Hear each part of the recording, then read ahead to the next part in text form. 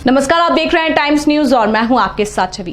प्रदेश के पूर्व मुख्यमंत्री कमलनाथ इंदौर पहुंचे, जहां उन्होंने मीडिया से चर्चा करते हुए बीजेपी पर जमकर भड़ास निकाली। कमलनाथ ने कोरोना और उसके इलाज पर प्रदेश और केंद्र सरकार को जमकर घेरा। उन्होंने कहा कि प्रदेश में न तो कोरोना की जांच हो रही है और न ही वैक्सीन लगाई जा रही है। प्रदेश की स्वास्थ्य व्यवस्था बुरी तरह से बिगड़ चुकी है। यहाँ लोग अस्पताल में इलाज के लिए लाइन में लगे हैं तो कहीं ऑक्सीजन और रेमडेसिविर इंजेक्शन के लिए। इसके बाद भी लगातार मौतें हो रही हैं। कमलनाथ ने यह भी कहा कि प्रदेश सरकार मौत के आंकड़ों को छुपा रही है। ये प्रदेश सरकार भरोसे नहीं बल्कि भगवान भरोसे चल रही है। पश्चिम बंगाल में ममता बनर्जी की जीत और भाजपा की हार पर भी कमलनाथ ने अपनी प्रतिक्रिया दी। कमलनाथ ने कहा कि ये चुनाव देश के सबसे बड़े चुनाव थे। इस चुनाव में ममता बनर्जी ने पूरी भाजपा और उसके बड़े नेताओं को मात दी है। हालांकि ममता बनर्जी को 2024 में यूपीए की तरफ से पीएम पद का उम्मीदवार घोषित करने के सवाल को कमलनाथ टाल गए।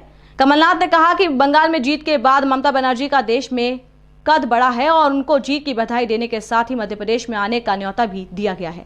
छिंदवाड़ा से विशेष विमान से कमलनाथ इंदौर पहुंचे, जिसके बाद वे यहां से सड़क मार्ग द्वारा झाबुआ रवाना हुए, जहां वे कांग्रेस विधायक स्वर्गीय कलावती भूरिया के निवास पर उनके शोक कार्यक्रम में शामिल हुए। मैं अभी छिंदवाड़ा से इंदौर पहुंचा हूं। इंदौर के प्रसिद्ध हनुमान मंदिर में मैं प्रार्थना करने गया था।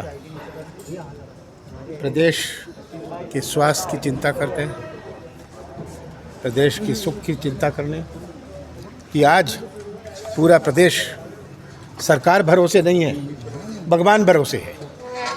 इंदौर अपने देश का सबसे प्रसिद्ध शहर, इंदौर मध्य प्रदेश का सबसे बड़ा शहर, रोज़ यहाँ कितनों की मौत हो रही है।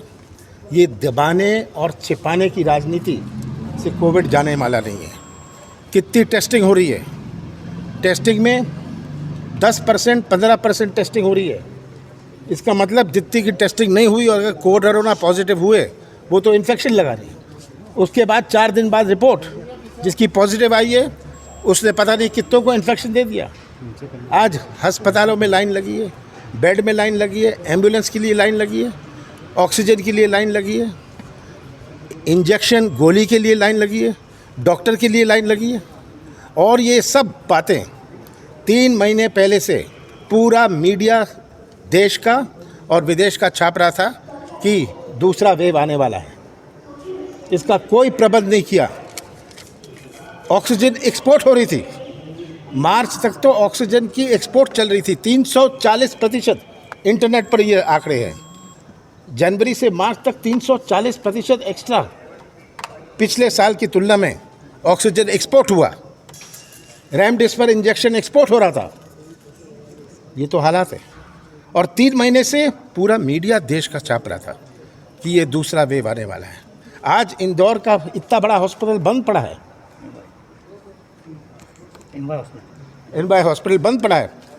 इंदौर में भोपाल गैस का हॉस्पिटल में क्या हो रहा है?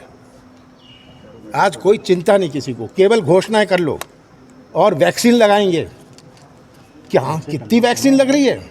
मैं तो पूछना चाहता हूं कि इंदौर में आज से कितनी वैक्सीन लग रही है, ये आंकड़े दें कितनों की वैक्सीन लगी। ये सबको पब्लिक करें। वैक्सीन है नहीं, वैक्सीन की घोषणा कर दो। ये वैक्सीन की घोषणा 18 साल की इसीलिए की गई क्योंकि चुनाव चल रहे थे और 18 साल की उम्र से ऊपर वालों को ये चाहते थे कि इनको किसी लिए समेट लिया जाए। ये कलाकारी की राजनीति बहुत हो गई। आज मैं तो प्रदेश की जनता से ये अपील करता हूँ कि आप ये जो सच्चाई है, आज जो हमारा किसान तरसत है, नौजवान तरसत है, छोटा छोटा व्यापारी तरसत है, ये सब सच्चाई पहचानिए, सच्चाई अपनाइए और सच्चाई का साथ दीजिए। उघराया सौदेबाजी की राजनीति, उन्होंने सच्चाई का साथ दिया। कांग्रेस का साथ या कमलनाथ का साथ तो बाद में दिया, पर सबसे पहले दमों के मतदाताओं ने सच्चाई का साथ दिया। सर, ममता बनर्जी आज शपथ ले रही हैं, क्या 2024 में विपक्ष का चेहरा हो सकती है मोदी के सामने? देखिए, मेरी ममता जी से परसों बात हुई थी।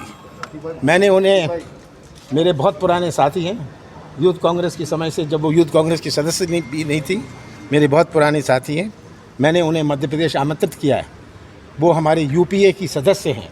आमंत्रित किया है कि आप खोलिए। किस प्रकार ममता को पूरे केंद्र सरकार से लड़ना पड़ा, मोदी जी से लड़ना पड़ा, उनके मंत्रियों से लड़ना पड़ा, उनके विधायकों से लड़ना पड़ा, सीबीआई, ईडी, इनकम टैक्स से लड़ना पड़ा, और फिर भी उन्होंने उन सबको ऐसे लात मार के भगाया है।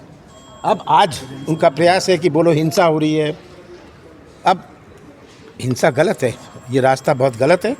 मैंने भी ममता जी को कहा कि हिंसा से आप सबको कहिए दूर रहें, पर आज ममता जी हमारे देश की अब नेता हैं, तीसरी दफ़ा मुख्यमंत्री बनी है, और ऐसे मुकाबले के बाद मुख्यमंत्री बनी है।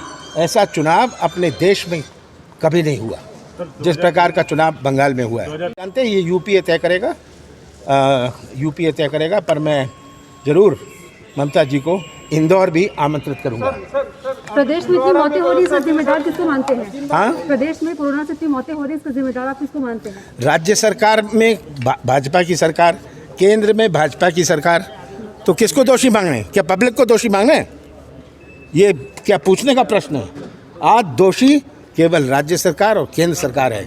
इन्होंने लाशों पर राजनीति करी है, इनको जनता की चिंता नहीं थी।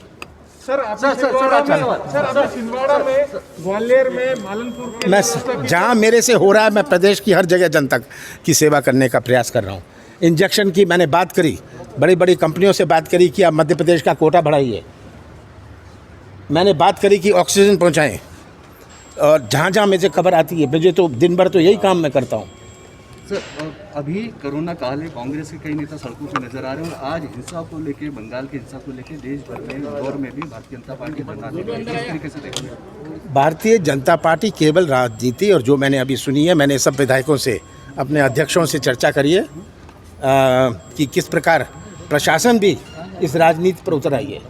रेमडेसिविर भाजपा के कार्यकर्ताओं को, भाजपा के नेताओं को बांटा जा रहा है, जो ब्लैक में बेच रहे हैं, ये भी उन्होंने व्यापार बना लिया। ये हालत है। क्या ये बात आप सबसे पूरे मीडिया से छिपी है?